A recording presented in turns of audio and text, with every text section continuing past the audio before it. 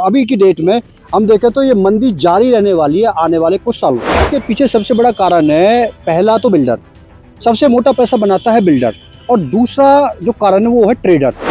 Trader builder से बोल के कहता है कि सर इसको ना प्राइस को 14,000 रुपये पर स्क्वायर फीट पे लॉन्च करते हैं, इसकी तो लोकेशन अच्छी है, इसका तो ये अच्छा है, इसको तो वो अच्छा है, और यहाँ आने वाले 5-7 साल तक तो कुछ दिखता नहीं। तो ये सारा खेल है जो वो बिल्डर और ब्रोकर और ट्रेडर का मिला हुआ खेल है, जिसमें प्राइस जो है वो गलत प्राइस है, मैं तो ये कहता हूँ, और ब्रोकर मिले हुए हैं बिल्डरों के साथ। इन्हीं पिछले कुछ सालों में ये देखने के लिए मिला है लोगों को कि जमीन ले ली, प्लॉट ले लिया, पेपर पे सब कुछ हो गया।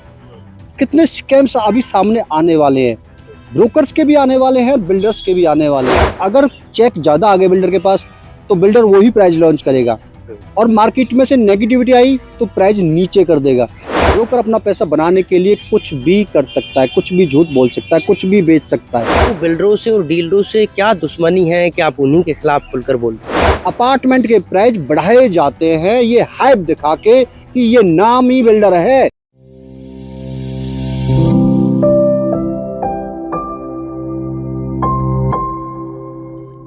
रियल एस्टेट सेक्टर की बात करें तो लगातार मंदी के दौर से ये पूरा सेक्टर गुजरता हुआ नजर आ रहा है। हालांकि क्या कुछ इस मंदी के कारण है और आगे जो है रियल एस्टेट सेक्टर का फ्यूचर मंदी के दौर से कैसे उभरेगा, इन तमाम चीज़ों पर बातचीत करने के लिए हमारे साथ जो है सुनील तेवतिया जी है, जो कि रियल एस्टेट एक्सपर्ट के तौर पर मशहूर है, और आज उन्हीं से जानने की कोशिश करते हैं।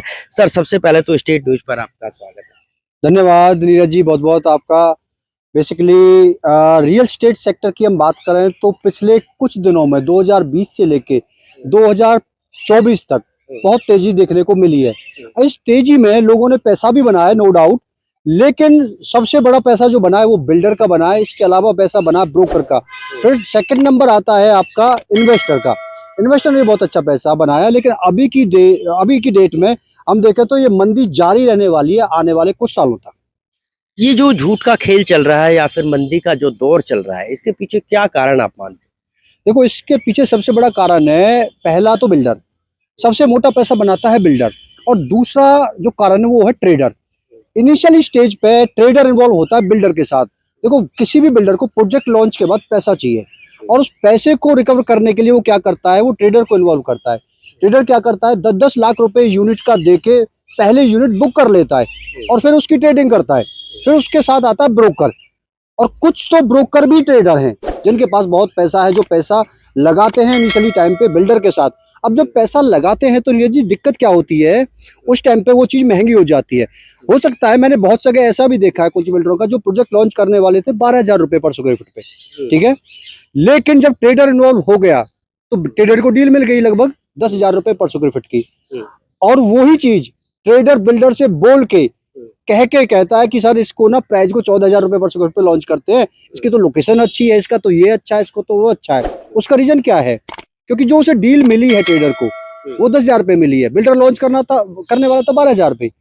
अब क्या हो गया, चीजें किसके लिए महंगी हो गई, एंड यूजर के लिए।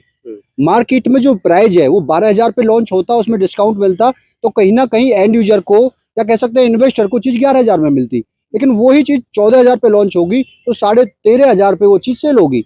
तो पैसा किसने बनाया ज्यादा, पहला बिल्डर ने। बिल्डर तो अपनी कैलकुलेशन करके बैठा है। फिर ट्रेडर जो पैसा लगाता है वो प्राइस को क्या करता है, बढ़वाता है, बढ़वाता है कि प्राइस बढ़ाया जाए, क्योंकि उसका मार्जिन इन्वॉल्व ज्यादा रहे उसमें, उसे 10-10 लाख रुपए देके ट्रेडिंग ही करनी है। फिर ब्रोकर पैसा बनाता है, फिर इन्वेस्टर पैसा बनाता है, इन्वेस्टर बहुत लिमिटेड पैसा बनाता है। और आज की डेट में नीरज जी, आज की डेट में मार्केट ऐसी हो चुकी है, दिल्ली एनसीआर की सैचुरेशन का पॉइंट है, और यहाँ आने वाले 5-7 साल तक तो कुछ दिखता नहीं है, क्योंकि जिन लोगों ने 2020 से 24 तक पैसा लगाया वो तो ठीक था, उनका तो एग्जिट बनेगा, आने वाले कुछ सालों में एग्जिट होगा उनका, उन इन्वेस्टर का।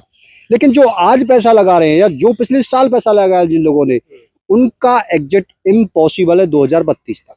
उसका रीजन है क्योंकि जब इन्वेस्टर मार्केट में एंटर करता है, ठीक है, अगर उसका एग्जिट नहीं होता है तो जो कैश फ्लो है वो कहाँ से आएगा, लिक्विडिटी नहीं है मार्केट में। और उतनी में अब हम देखें तो गुड़गांव मार्केट की बात करें तो गुड़गांव मार्केट में जो एंड यूजर है वो लिमिटेड है, 30% एंड यूजर है, और मैक्सिमम 55 से 70% इन्वेस्टर है। इन्वेस्टर का पैसा अभी फंसा हुआ है, इन्वेस्टर निकलेगा 2030 तक, उसके बाद मार्केट में फिर उछाल आएगा। तो ये सारा खेल है जो वो बिल्डर और ब्रोकर और ट्रेडर का मिला हुआ खेल है, जिसमें प्राइस जो है वो गलत प्राइस है। मैं तो ये कहता हूँ कि बहुत बहुत ही गलत प्राइस है। द्वारका एक्सप्रेस की बात करें, एसपीआर की बात करें, एक्सटेंशन रोड की बात करें, और ब्रोकर मिले हुए हैं बिल्डरों के साथ। कैसे कैसे मिलेंगे? देखो, ब्रोकर को क्या है, ब्रोकर को अपनी ब्रोकरेज लेनी है 3-4%, 5%, कहीं कहीं बिल्डर 10% भी दे देता है, ठीक है। अब उसके चक्कर में ब्रोकर गलत नॉलेज पास करते हैं। बिल्डर ने चीजें बताई कि जी हम ये चीज लेके आ रहे हैं, और हो सकता है पेपर वर्क भी कंप्लीट नहीं है। कुछ जगह तो ऐसा भी हुआ है, बिल्डर ने अभी जमीन ही परचेज की है, जमीन परचेज करने के बाद बिल्डर ने इन्वेंट्री भी सेल कर दी और रेरा का आता पता भी नहीं है। कुछ बिल्डरों के साथ ऐसा भी हुआ है। इन्हीं पिछले कुछ सालों में ये देखने के लिए मिला है लोगों को कि जमीन ले ली, प्लॉट ले लिया, पेपर पे सब कुछ हो गया। कितने स्कैम्स अभी सामने आने वाले हैं, ब्रोकर्स के भी आने वाले हैं, बिल्डर्स के भी आने वाले हैं। कुछ सालों में आप देखेंगे लगातार ये चीजें सामने आती रहेंगी, और उसका सबसे बड़ा रीजन है ब्रोकर और बिल्डर की मिली भगत। क्योंकि ब्रोकर बिल्डर के कहे से चलता है, और दोनों मिलके लोगों को बेवकूफ बना रहे हैं, इन्वेस्टर को भी बना रहे हैं और एंड यूजर को बना रहे हैं। एंड यूजर और इन्वेस्टर्स की बात करें तो क्या ये झूठ का खेल भी चलता है कि डबल हो जाएगा, ट्रिपल हो जाएगा, इतने दिन में हो जाएगा? इस बात पे कितनी सच्चाई है, और इसमें इन्वेस्टर्स को और एंड यूजर को कितना फायदा है, कितना नुकसान होता है? देखो, इस बात में बिल्कुल सच्चाई नहीं है कि जो ये आप बता रहे हो ना, प्राइस की हम बात करें, बिल्डर क्या करता है, बिल्डर इनिशियली स्टेज पे जब चीजें लॉन्च करता है, तो लॉन्च के बाद वो प्राइस फेंकता है मार्केट में कि हम इतने प्राइस पे लॉन्च करने वाले हैं। अब ब्रोकर क्या करता है, ब्रोकर उस प्राइस को जस्टिफाई करता है क्लाइंट्स के सामने, इन्वेस्टर के सामने, एंड यूजर के सामने। अब जस्टिफाइज में अगर चेक ज्यादा आ गए बिल्डर के पास, तो बिल्डर वही प्राइस लॉन्च करेगा, और मार्केट में से नेगेटिविटी आई तो प्राइस नीचे कर देगा।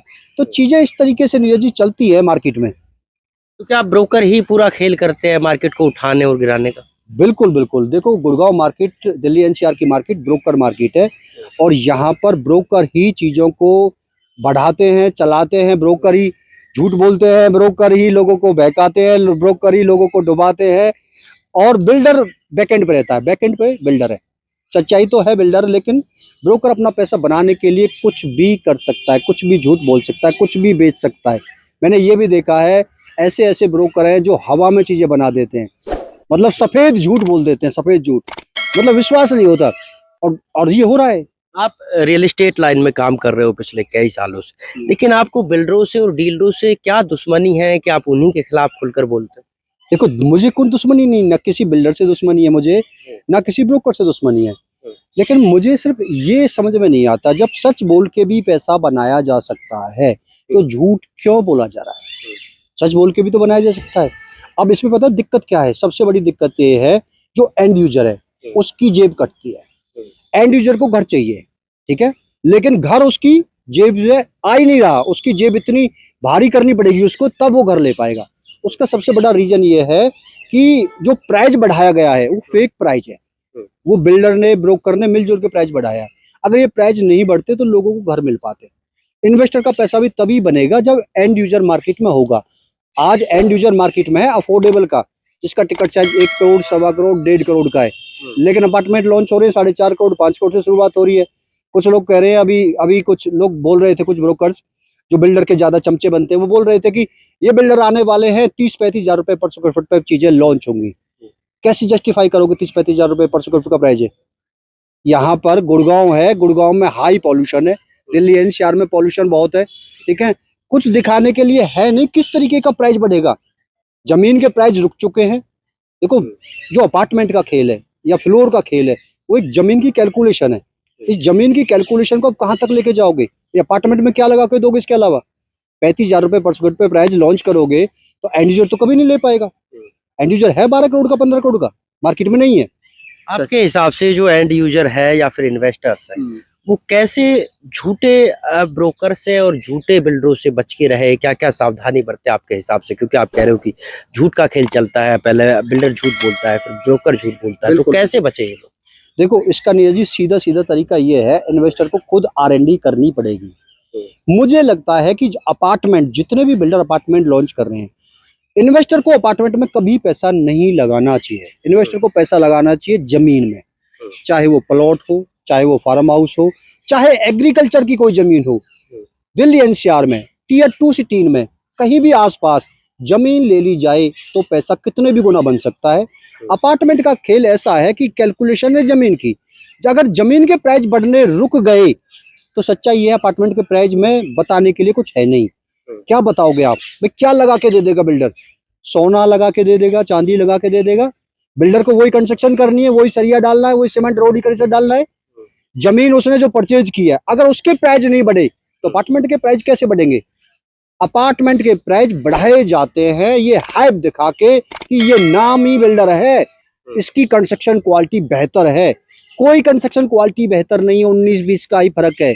प्राइस में 200, 400, 500 रुपए पर स्क्वायर फीट का फर्क आता है, बस इससे ज्यादा फर्क नहीं आता है कंस्ट्रक्शन में।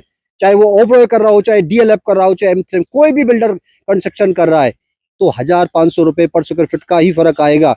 लेकिन उसके नाम पे 10-10, 15-15 हजार रुपए पर स्क्वायर फीट के प्राइस बढ़ा दिए जाते हैं। ये सबसे बुरी बात है। इसमें इन्वेस्टर तो मरता ही मरता है। पहला प्रीमियम तो बिल्डर ही खा जाता है इन्वेस्टर का। बड़े बिल्डर जो है उनका जो इन्वेस्टर को प्रीमियम मिलना था उस प्रीमियम को बिल्डर ही चबा जाता है। अब बिल्डर जब प्रीमियम को चबा जाएगा तो इन्वेस्टर कब निकलेगा? इन्वेस्टर को निकलने में टाइम लगेगा 10 साल। अगर इन्वेस्टर जल्दी जल्दी चीजें निकाल दे, अपनी छोटा मार्जिन लिया और निकल जाए, तो क्या होगा? मार्केट में लिक्विडिटी घूमती रहेगी, मार्केट चलती रहेगी। मार्केट रुकती क्यों है? उसका सबसे बड़ा कारण ये है, मार्केट इस वजह से रुकती है जो फेक प्राइस बना के दिखाए जाते हैं। और बिल्डर जो चीजें सेल करते हैं वो उस प्राइस पे सेल करते हैं जो आने वाले 5-7 साल बाद का प्राइस है। उस प्राइस पे आज चीजें सेल हो रही हैं। उसका रीजन है ट्रेडर, ब्रोकर, बिल्डर की मिली भगत। अब ये सच बोलने शुरू कर दें बिल्डर तो पैसा तो कम बनेगा लेकिन मार्केट चलती रहेगी। क्या लग रहा है अब मार्केट कब उठेगी और कब ये मंदी का दौर जो है देखो, रियल एस्टेट से खत्म होगा? नीरज जी, मंदी का दौर खत्म होने में लगेंगे 5 से 7 साल कम से कम। भविष्यवाणी आपकी? बिल्कुल भविष्यवाणी है, 5 से 7 साल लगेंगे। रियल एस्टेट का एक चक्कर है, हर चीज का दुनिया में एक चक्कर है। मार्केट ऊपर गई है तो कितने साल बाद गई है? 2012 से लेकर 2020 तक मार्केट का क्या हाल था गुड़गांव में? बहुत सारे लोग तो धंधा छोड़ चुके थे, बिल्डर चुप बैठ चुके थे कोने में। देखा होगा बड़े बड़े नामी बिल्डर, नाम नहीं लेना चाहता, कोने में बैठ गए थे, एक प्रोजेक्ट लॉन्च नहीं किया, सालों तक एक प्रोजेक्ट लॉन्च नहीं किया। ब्रोकर ने भी धंधा छोड़ दिया था रियल एस्टेट का, कुछ और करने लग गए थे। 2020 के बाद जैसे तेजी आई, कितने साल में तेजी आई? 8 साल में। 8 साल में जैसे तेजी आई, लोगों ने पैसा बनाया, इन्वेस्टर ने भी बनाया, नो डाउट, बिल्डर ने भी बनाया, सबसे ज्यादा बिल्डर ने, फिर ब्रोकर ने, फिर उसके बाद इन्वेस्टर ने। इन्वेस्टर जो है ना, मुझे लगता है कि इन्वेस्टर को समझना चाहिए मार्केट को ब्रोकर तो कभी भी सही होने ही नहीं देगा। उसका रीजन ये है क्योंकि ब्रोकर का पैसा बन रहा है बिल्डर के साथ मिलके। लेकिन इन्वेस्टर अगर समझदार हो जाए तो मार्केट सही तरीके से चल सकती है। एंड यूजर के पास चीजें आ सकती हैं, एंड यूजर के बजट में चीजें आ सकती हैं, लेकिन चीजें एंड यूजर से बाहर अभी निकल चुकी हैं। 5-7 साल मार्केट को रिकवर करने में लगने वाला है। ठीक है, थैंक यू जी। तो ये थे हमारे साथ सुनील तेवतिया जी, जो कि रियल एस्टेट एक्सपर्ट के तौर पर मशहूर है। और इनकी माने तो लगातार रियल एस्टेट सेक्टर में मंदी का दौर चल रहा है और इस मंदी के पीछे ब्रोकर्स के साथ साथ बिल्डर भी इस खेल में शामिल है। लेकिन भविष्यवाणी भी ये करते हुए नजर आ रहे हैं कि अगले 5 साल तक किसी तरह से रियल एस्टेट सेक्टर में मंदी का जो मातम है वो छाया रहेगा। Neeraj Ambawata, state news, Gurugram.